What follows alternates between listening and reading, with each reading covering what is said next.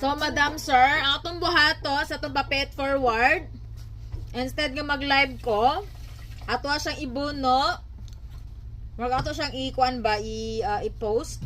Kanay uban nga data ra daw sila, di sila kalahutay og live.